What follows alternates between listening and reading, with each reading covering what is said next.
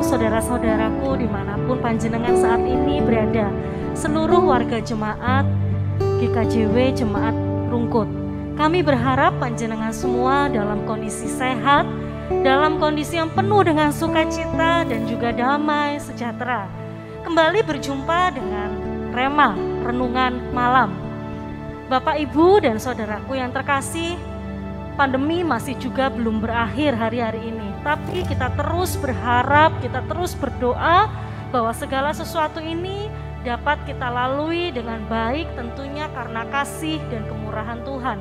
Sama seperti tema pada malam hari ini, mujizat tetap ada. Percayalah bahwa mujizat Tuhan tetap menyertai kita dari hari demi hari. Bapak Ibu, saat ini kita juga bersyukur sekali ada salah satu saudara kita yang kembali berbagi kesaksian, sharing tentang pengalaman hidup yang menguatkan. Kiranya ini menjadi berkat bagi kita semua. Mari kita saksikan bersama-sama. Shalom.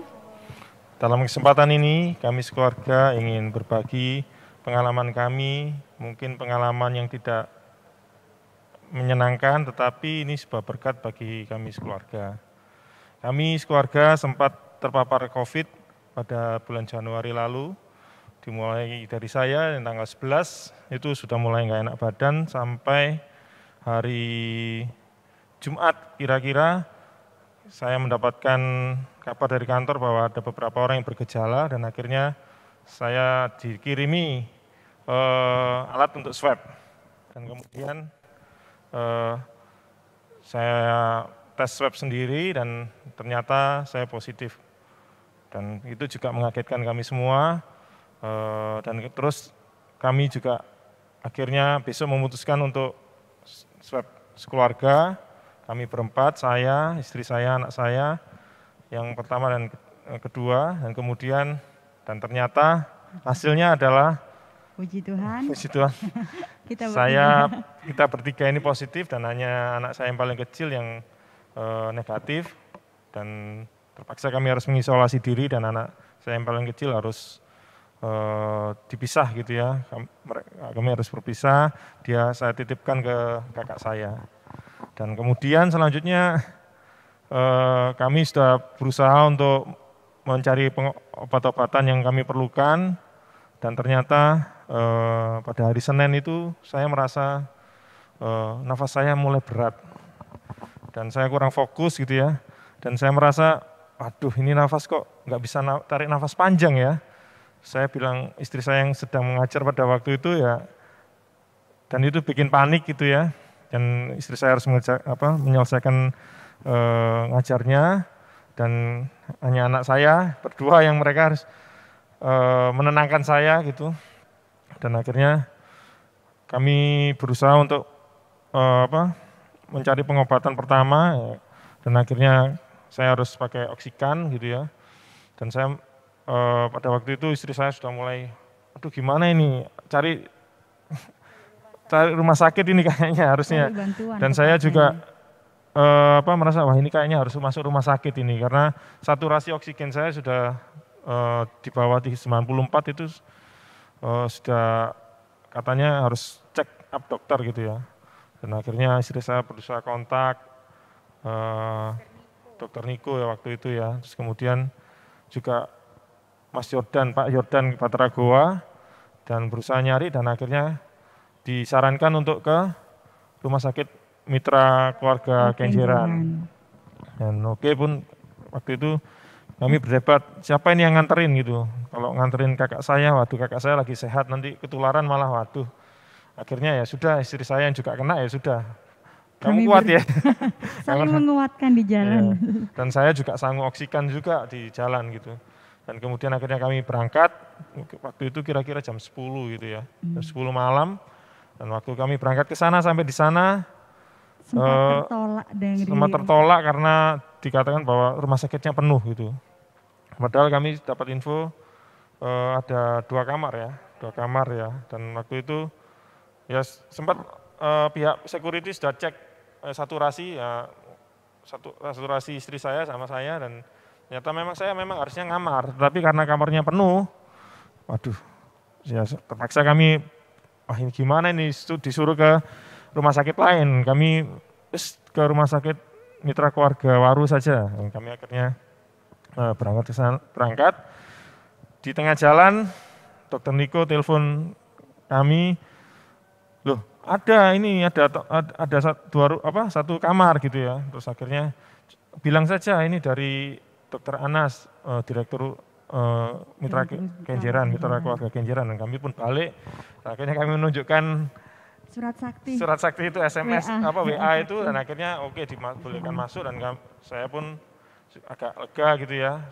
Sudah dikasih masker oksigen, sudah nafas sudah lumayan, tapi panas saya belum turun pada waktu itu. Panas saya belum turun, dan besoknya 2 hari baru lumayan turun. Dan kemudian sampai hari Kamis kalau nggak salah. Selasa malam yang bengkak itu. Selasa apa Kamis ya? Kamis kayaknya. Kamis. Jadi saya ditawari Rabu malam itu ya, ditawari oleh susternya, ini ada obat yang ya lumayan cukup mahal, makanya kami propose ke Kemenkes. Besok akan diinjeksikan, dan pada waktu diinjeksi saya kaget, waduh kok badan saya nggak enak, terus kemudian wajah ini rasanya tertarik semua, jadi bengkak gitu ya, sampai mata saya sipit, terus kemudian mata saya agak sakit gitu. Seperti alien ya Kak ya? Ya, mereka seperti alien gitu ya. Jadi saya ngomong ke suster, ini kok begini ya wajah saya suster, waduh ini kayaknya saya alergi obat ini. Dan akhirnya, wah iya Pak ini, yaudah Pak kita stop dulu. Dan itu adalah obat antivirus, dan kemudian dokternya menawarkan lagi, gimana kalau besok dicoba lagi Pak? Waduh kalau melihat seperti itu saya kok rasanya sanksi ya, saya nanti kuat gitu ya. Dan akhirnya dikasih obat oral pada waktu itu. Dan kemudian melihat itu saya sempat down gitu, waduh ini gimana ini, kayaknya apalagi malamnya saya sempat nafas itu kok separuh lagi gitu ya. Nafas separuh lagi, saya ngomong suster ini kok begini ya, saya dikasih minyak kayu putih ya, minyak kayu putih gitu, terus nggak apa-apa Pak, nggak apa-apa, dikasih minyak kayu putih saja. Dan waktu itu sempat dalam pergumulan, waduh ini kayaknya saya nggak lama lagi ini saya merasa, waduh ini saya gimana ya, rasanya kok nafas kok kayak gini, saya belum pernah merasa kayak gini ya. Dan akhirnya ketika saya merenungkan setelah itu ya, setelah saya sembuh itu saya merenungkan, waduh saya waktu itu rasanya ternyata di saat yang genting seperti itu tidak mudah untuk menghidupi iman. Saya merenungkan pada waktu itu posisi saya seperti Petrus ketika Tuhan Yesus berjalan di atas air dan kemudian Petrus turun. Mungkin pada waktu awal-awal saya mendapatkan kekuatan, wah saya dapat rumah sakit karena rasanya seperti mujizat gitu ya. Sulit pada waktu itu karena penuh gitu, sulit sekali mendapatkan rumah sakit, dapat rumah sakit. Tapi ternyata ketika saya mengalami hal itu, rasanya saya diombang-ambingkan ombak gitu. Saya sedikit khawatir dan saya merasa, waduh saya ini sudah nggak lama lagi melihat juga banyak pasien COVID juga yang tidak bertahan gitu ya. Dan akhirnya saya sempat putus asa dan kemudian saya WA sampai pamit sama istri saya, dan istri saya sampai menjerit gitu ya katanya. Gimana coba silakan. Jadi waktu itu karena COVID ini membuat saya susah tidur, tiba-tiba saya kepingin lihat WA, baca WA kok ada ucapan selamat tinggal dari suami saya. Saya seperti terbangun, saya berteriak pada Tuhan, enggak Tuhan, suami saya nggak boleh mati malam hari ini. Kemudian saya bangun, saya coba telepon suami saya nggak bisa. Kemudian sampai anak saya teriak, datang ke saya, ibu kenapa bu, kok teriak-teriak? Ini bapak sudah say goodbye sama kita. Nggak boleh bu, kita harus semangatin dia. Gimana caranya? Di WA dibangunkan nggak bangun, di WA nggak, di telepon nggak diangkat-angkat. Kemudian anak saya memberikan semangat buat saya untuk, ayo bu, tetap cepet telepon, telepon terus bu, telepon terus. Akhirnya puji Tuhan hampir 1 jam saya berusaha menghubunginya, 3:30 pagi handphonenya diangkat. Saya sudah lemes sekali, Tuhan tolong jangan ambil suami saya saya belum siap kayak gitu kan. Kemudian anak saya juga memberikan kekuatan, ayo Pak semangat, hati yang gembira adalah obat.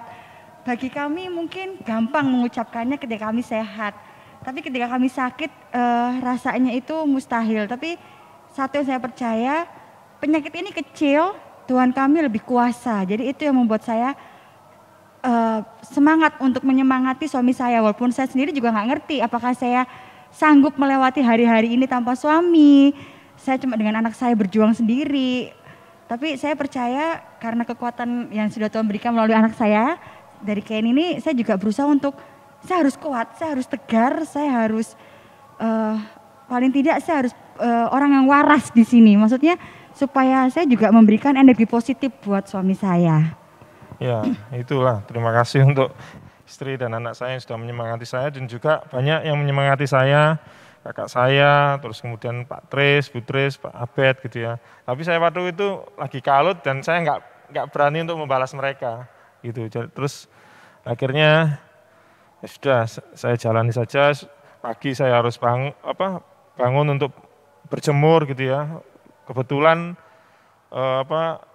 kamarnya menghadap sinar matahari, jadi saya bisa berjemur pada waktu itu.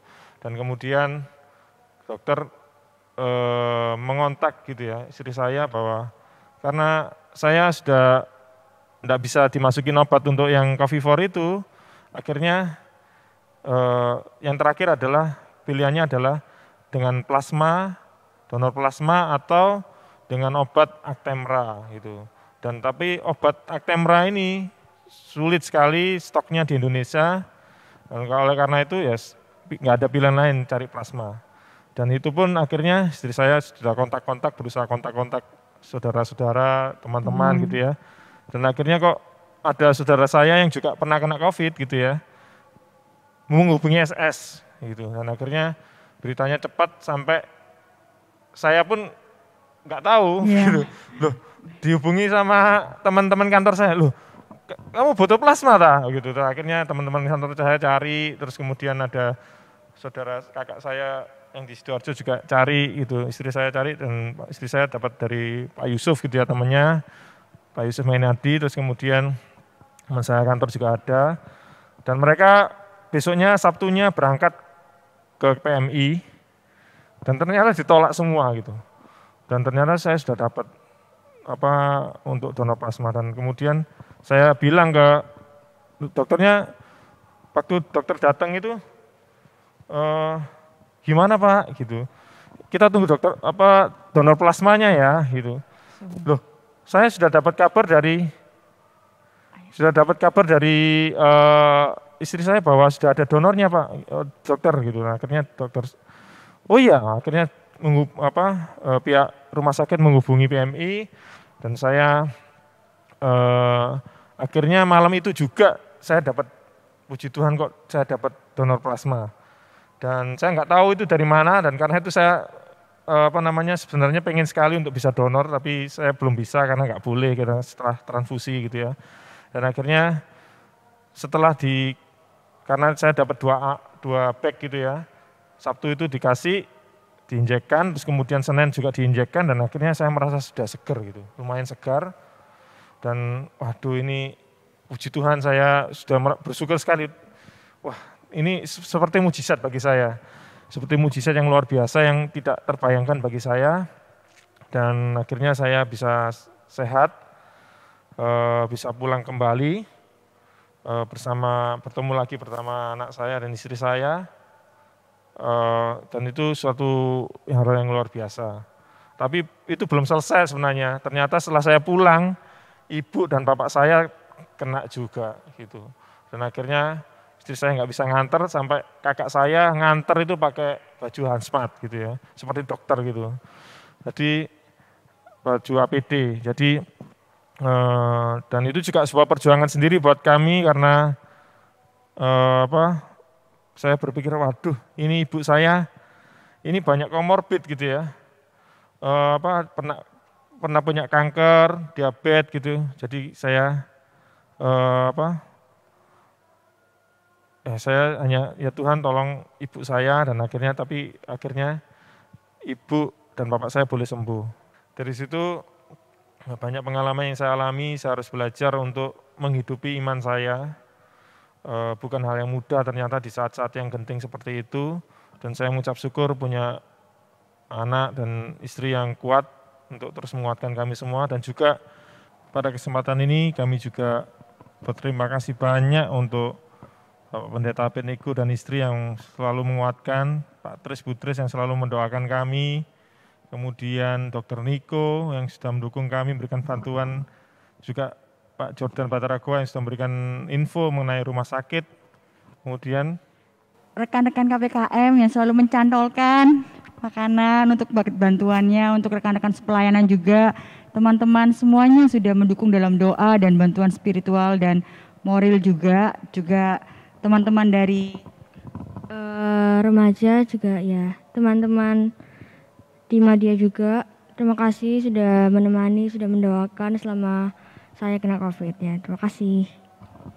Kiranya pengalaman kami menjadi kekuatan buat setiap semuanya.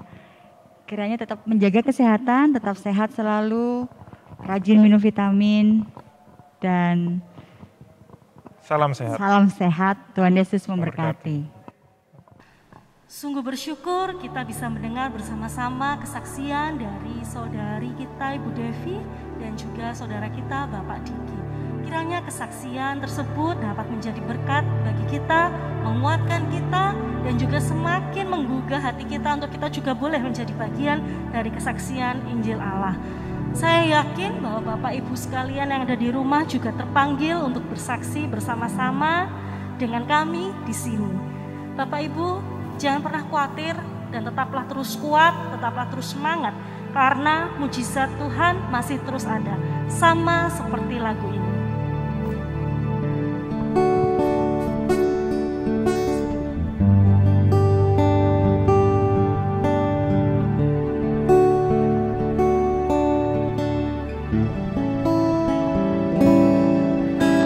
Ku yakin akan firman-Mu Tuhan, katakan kuasa-Mu, kuasa-Mu tak pernah berubah. Selama matahari masih bersinar, ku tahu mujizat-Mu tetap ada. Katakan ku pegang teguh Tuhan, ku pegang teguh janji-Mu Tuhan. Meski tak ada alasan untuk berharap, selama bumi ini masih berputar, ku tahu mujizat-Mu tetap ada. Yesus, Yesus, ku percaya mujizat ada di tempat ini. Ku disembuhkan,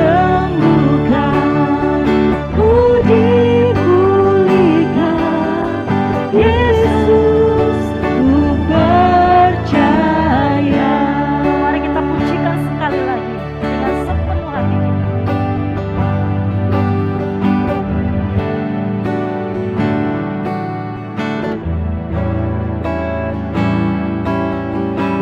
Yakin akan firman-Mu Tuhan,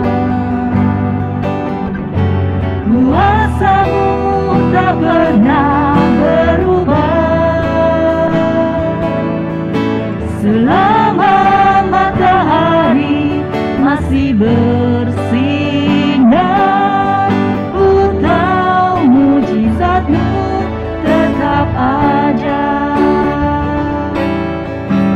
Ku pegang teguh janji-Mu Tuhan, meski tak ada alasan untuk berharap, selama bumi ini masih berputar, ku tahu mujizat-Mu tetap ada. Katakan Yesus,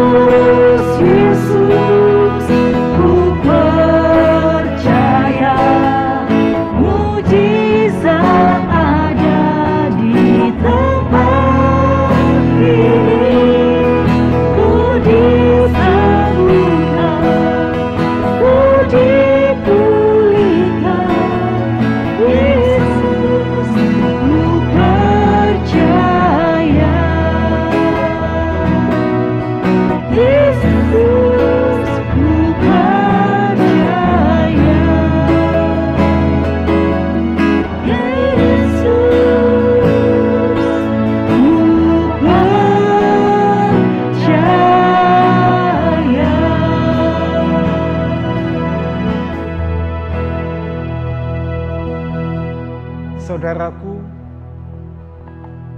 seperti pujian yang telah kita nyanyikan, satu hal yang kita yakini, Tuhan kita adalah Tuhan yang tidak pernah berubah. Akan kasih-Nya, akan kuasa-Nya yang dinyatakan bagi kita melalui mujizat-mujizat di dalam kehidupan kita. Karena itu, mari bersama kita menghayati apa yang Tuhan kehendaki, sehingga kita semua menjadi pribadi-pribadi, menjadi para pengikut Tuhan yang diperkenan oleh Tuhan untuk menerima dan menikmati mujizat Tuhan. Mari kita satukan hati, kita datang kepada Tuhan di dalam doa.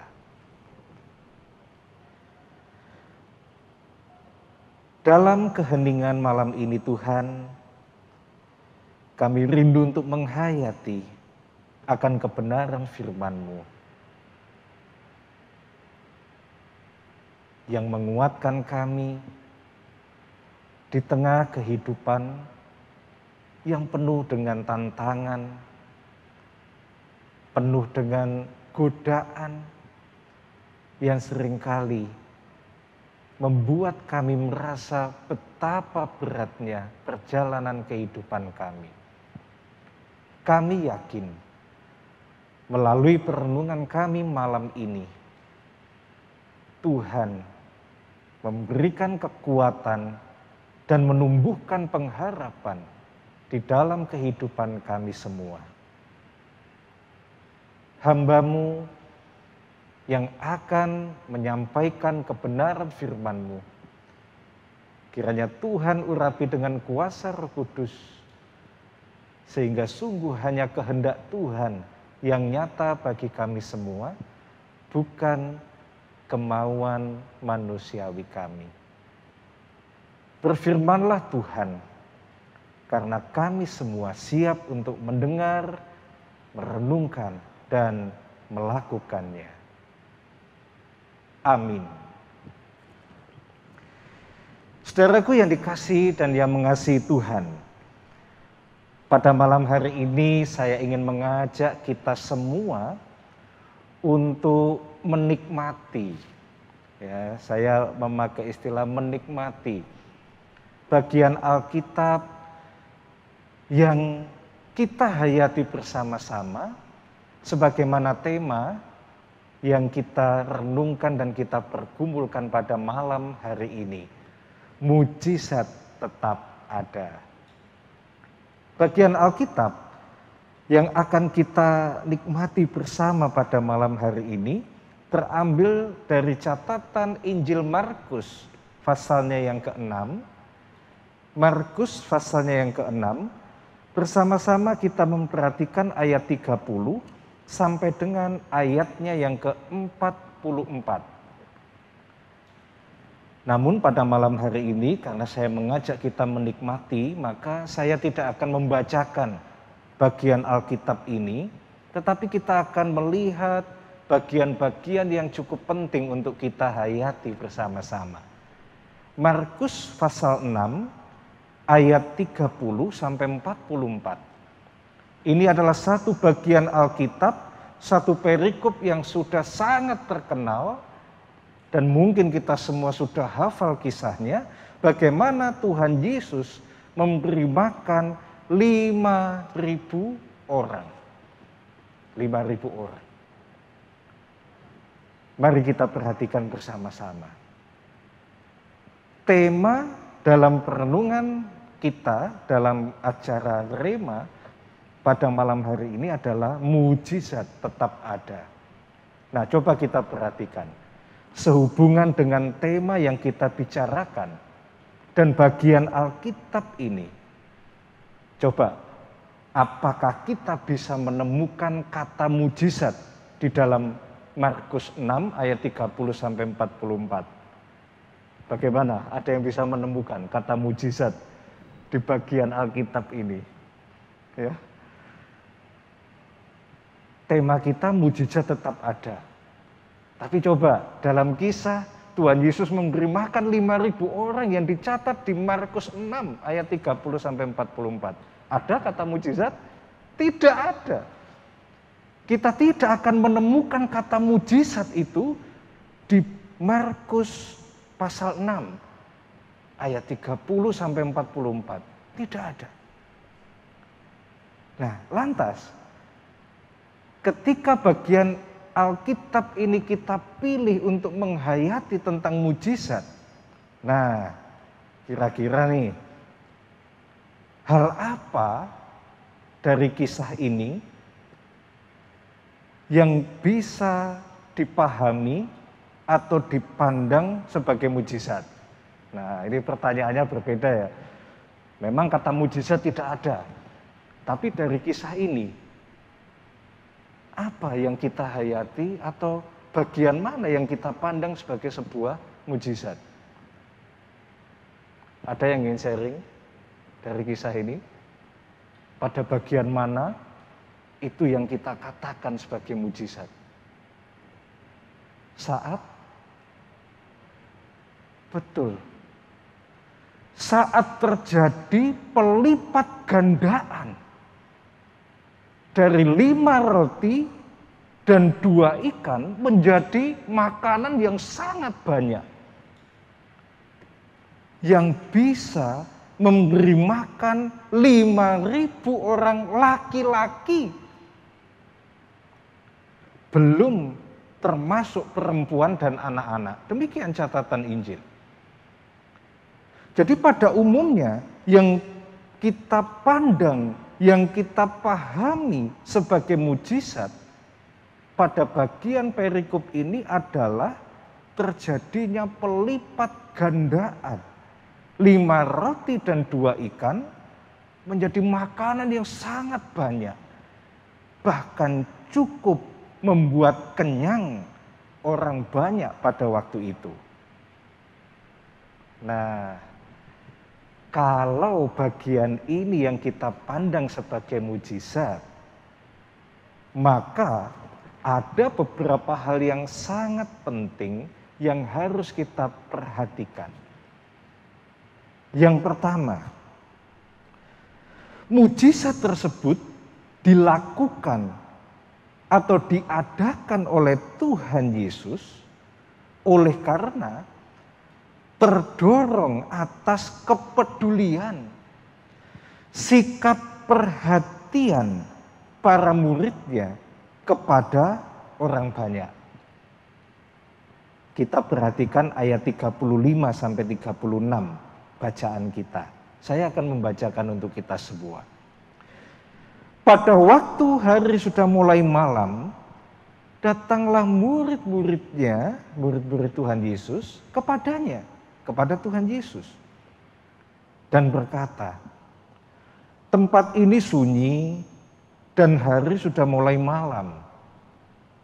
Suruhlah mereka pergi, supaya mereka dapat membeli makanan di desa-desa dan di kampung-kampung di sekitar ini.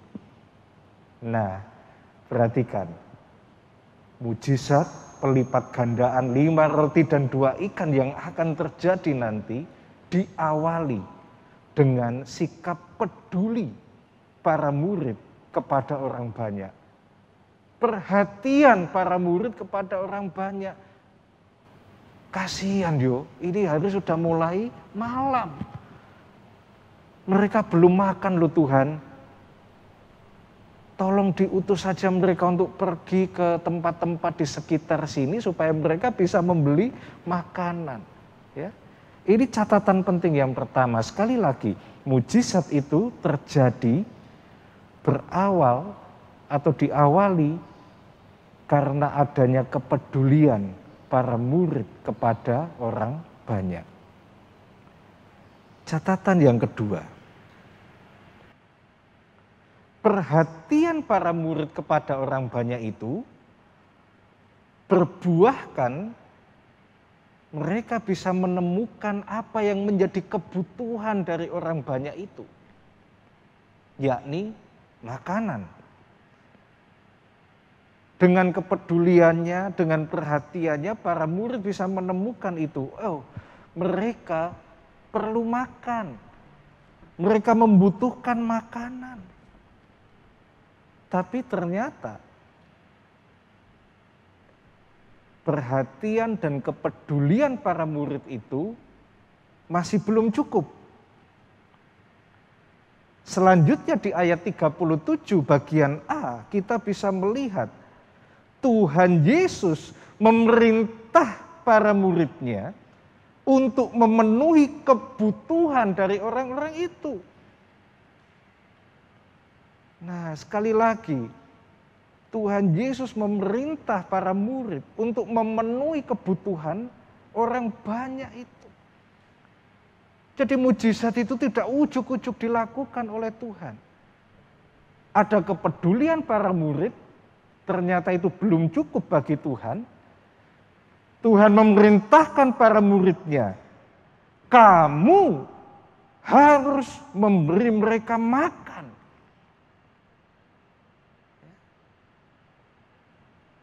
Kepedulian, yes.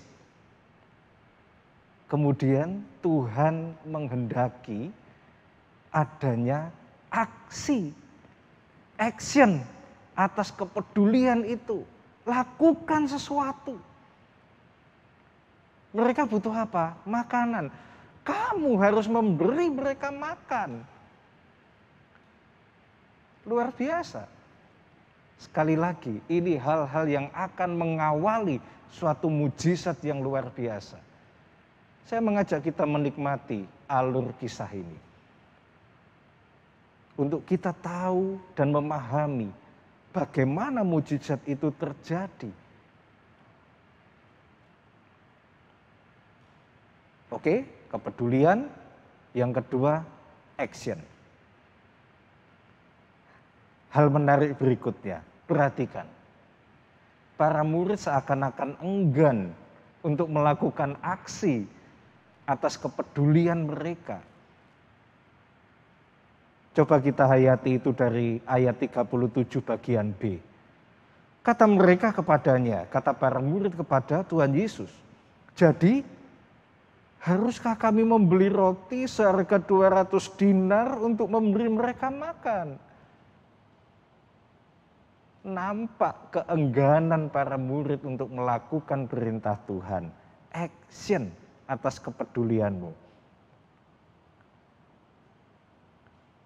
Tuhan Yesus marah? Tidak. Ayat 38 mencatat. Ia berkata kepada mereka, berapa banyak roti yang ada padamu? Cobalah periksa.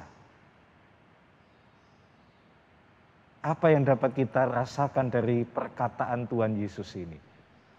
Ketika para murid enggan untuk melakukan sesuatu aksi atas kepedulian mereka, Tuhan Yesus tidak marah, Tuhan Yesus tidak menegur mereka dengan keras, tidak. Tuhan menyemangati para muridnya untuk mereka tergerak dan mau melakukan aksi atas kepedulian itu. Dan hal yang juga tidak kalah pentingnya, yang menjadi catatan keempat, mujizat terjadi juga tidak lepas dari ketaatan orang banyak itu kepada perintah Tuhan. Taat orang banyak itu, ribuan orang itu taat kepada Tuhan. Sehingga mujizat itu sungguh-sungguh terjadi di dalam kehidupan mereka. Perhatikan ayat 39. Lalu ia, Tuhan Yesus, menyuruh orang-orang itu supaya semua duduk berkelompok-kelompok di atas rumput hijau. Maka, ayat 40, maka duduklah mereka berkelompok-kelompok. Ada yang 100, ada yang 50 orang. Taat. Ribuan orang itu taat kepada perintah Tuhan Yesus. Nah, 4 hal yang penting inilah yang membuat mujizat terjadi saat itu. Ada sikap peduli, ya. Ada kemauan untuk melakukan aksi. Sekalipun mungkin ketika mau melakukan aksi atas kepedulian itu ada keengganan, yang terjadi adalah mendorong, Tuhan Yesus mendorong para muridnya. Ayo semangat, apa yang ada di sini? Coba periksa. Dan itu dilakukan oleh para murid. Dan yang keempat, ketaatan orang banyak atas perintah Tuhan. Maka 5 roti dan 2 ikan itu menjadi makanan yang sangat banyak. Yang cukup untuk dimakan ribuan orang. Lantas apa relevansinya bagi kita? Mujizat disediakan bagi setiap umatnya yang mau untuk membangun kehidupan yang peduli, saling memperhatikan, dan berbuat atau bertindak saling menolong antara satu dengan yang lain dalam kehidupan ini. Nah, di dunia yang menggiring manusia-manusia untuk semakin egois ini, ya, bagaimana tidak, sekarang kita semua sangat terhubung dengan alat yang kita sebut dengan gawai, dengan gadget. Sehingga disitulah perhatian kita setiap saat. Ya. Dan hati-hati, ya, ini menggiring setiap orang untuk semakin egois, kita diingatkan dan dimotivasi oleh Tuhan melalui firman-Nya untuk tetap setia dan penuh semangat melakukan kehendak-Nya, yakni peduli dan berbuat sesuatu yang mewujudkan kepedulian serta perhatian kita kepada sesama. Mujizat disediakan oleh Tuhan.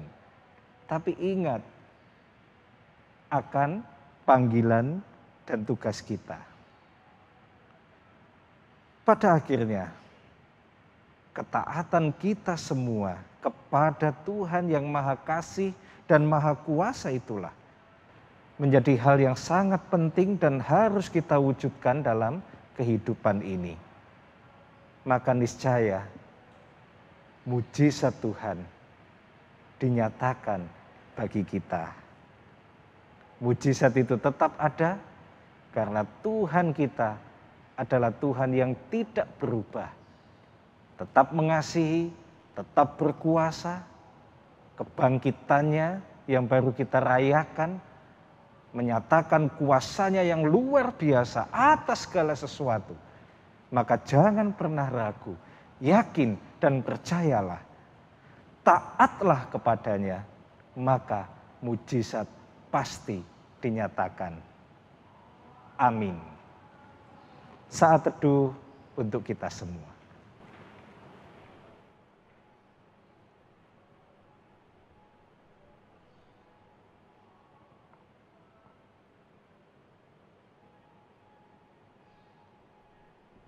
Amin. Haleluya, puji Tuhan.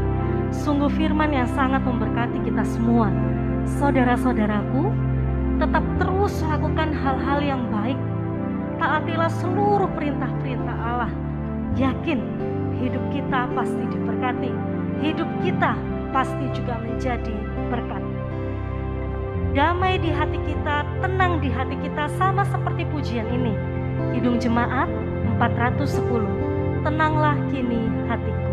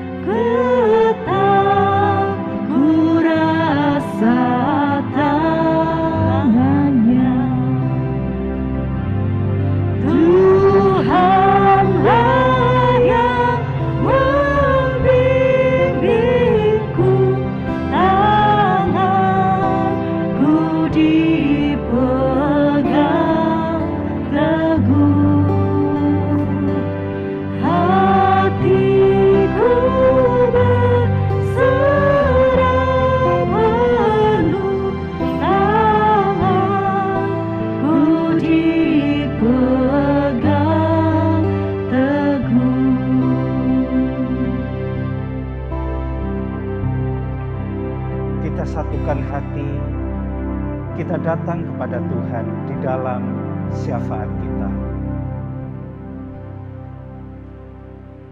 Ini kami Tuhan yang merasakan ketenangan di arus kehidupan yang luar biasa, seringkali mengombang-ambingkan diri dan iman kami. Kami sungguh bersyukur mempunyai Tuhan yang tetap mengasihi kami. Tuhan yang menyatakan kuasa-Nya di dalam kehidupan kami. Meskipun seringkali kami meragukan akan kuasa Tuhan. Kami bersyukur Tuhan, kalau kami telah boleh dikuatkan, bahwa Tuhan tetap berkenan menyatakan mujizat bagi kami yang mau untuk taat, setia, dan membangun kehidupan yang saling peduli satu dengan yang lain. Karena itu Tuhan, dalam syafaat ini, kami mendoakan pergumulan saudara-saudara kami, terkhusus bagi saudara-saudara kami yang menjadi korban bencana alam, baik di NTT maupun di pesisir selatan Jawa Timur, yang saat ini harus hidup dalam keprihatinan oleh karena dampak dari bencana alam yang dialami. Sungguh Tuhan, kami mendoakan mereka, berikanlah kekuatan, tumbuhkan pengharapan, agar mereka boleh kuat, tegar, untuk menatap, menyongsong kehidupan di depan yang masih Tuhan anugerahkan bagi saudara-saudara kami ini. Dengan penuh keyakinan bahwa Tuhan akan senantiasa mengiring langkah hidup mereka. Yang berduka kiranya Tuhan hiburkan, yang sakit Tuhan jamah dan Tuhan beri kesembuhan, yang kehilangan pengharapan oleh karena hancurnya penopang kehidupan ekonomi mereka, Tuhan kuatkan, Tuhan berikan pengharapan yang teguh, keyakinan bahwa jalan hidup ke depan akan bisa mereka lalui dan mereka tempuh. Gerakkanlah setiap insan yang peduli untuk dapat memberikan pertolongan kepada saudara-saudara kami korban bencana alam ini sesuai dengan apa yang mampu dan dapat dilakukan. Sehingga melalui kepedulian kami semua, kehidupan yang indah, bahkan mujizat Tuhan boleh nyata di dalam kehidupan umat manusia yang saat ini jalan hidupnya penuh dengan warna keprihatinan. Tuhan, kami juga mendoakan kehidupan keluarga-keluarga Kristen milik-Mu dimanapun berada, dengan berbagai tantangan dan pergumulan masing-masing, sebagai suami istri, sebagai orang tua, sebagai anak, sebagai kerabat, saudara.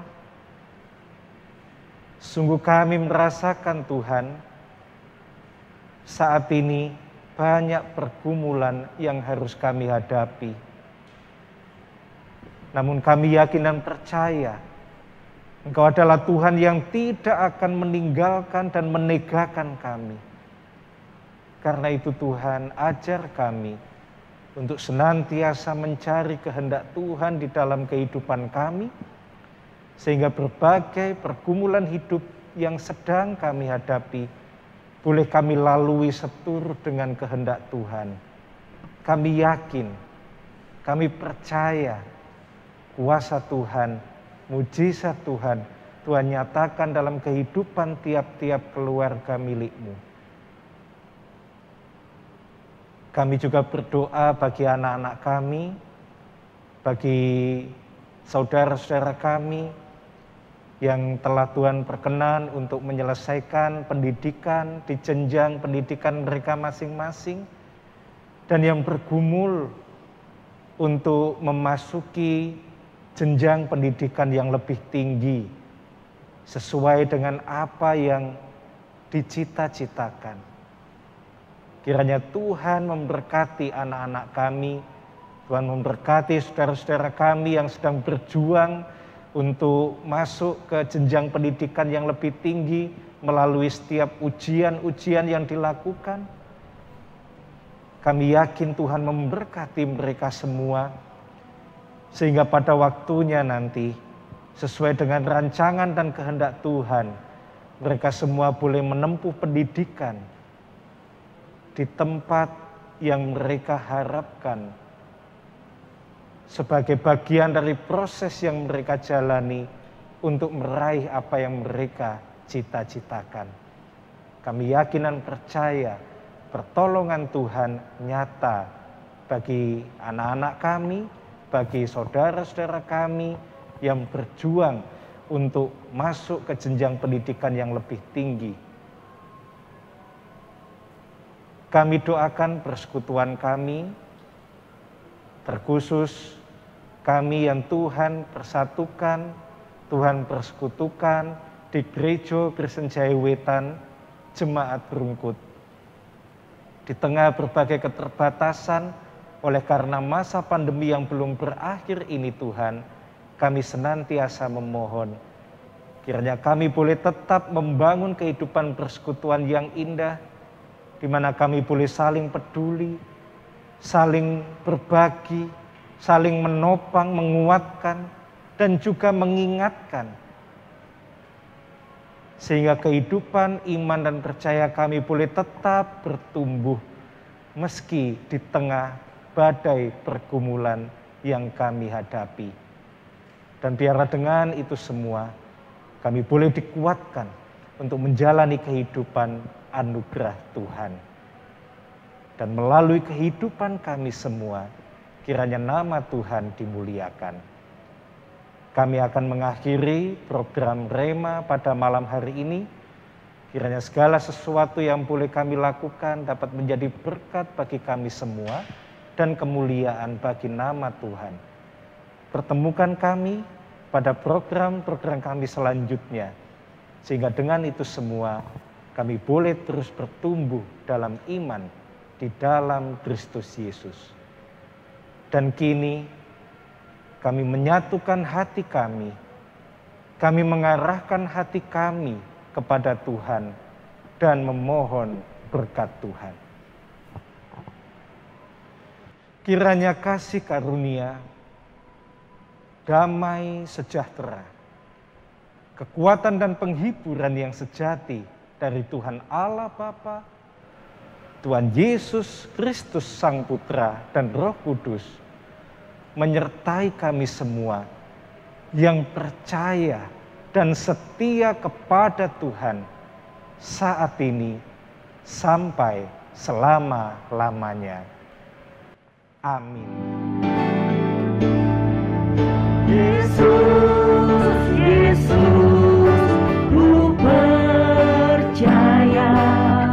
mujizat ada di tempat ini. Ku disembuhkan,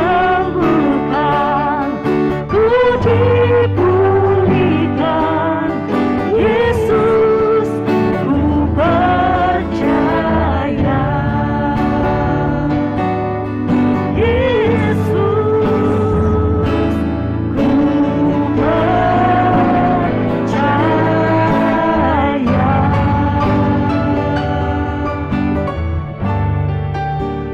Ya, puji Tuhan, Bapak Ibu, kita boleh bersekutu bersama pada malam hari ini. Sungguh sangat luar biasa sukacita yang boleh kita rasakan. Mari Bapak Ibu, kita terus mengikuti Rema yang akan ditayangkan setiap bulan, setiap minggu ketiga dan setiap hari Rabu pukul 20 waktu Indonesia Barat. Kami juga rindu mengajak Bapak, Ibu, Saudara semua dimanapun panjenengan berada untuk boleh berbagi kesaksian dengan kami, menjadi berkat bagi sesama dan saling menguatkan persaudaraan kita.